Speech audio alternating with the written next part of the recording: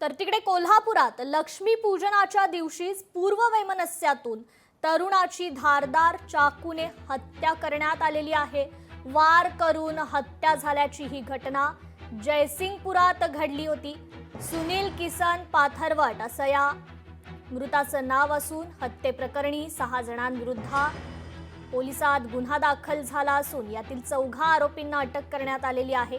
शेखर महादेव पाथरवट, सागर परशुराम कलकुटगी, विजय लक्ष्मण पाथरवट, संजय लक्ष्मण पाथरवट यांना आता अटक करण्यात आलेली आहे। तर संशयित आरोपींना न्यायालयाने 28 ऑक्टोबर पर्यंत पोलीस कोठडी सुनावली। तर रोहित पाथरवट आणि शिवानंद पाथरवट हे दोघे संशयित फरार असल्याचं पोलिसांनी सांगितलं।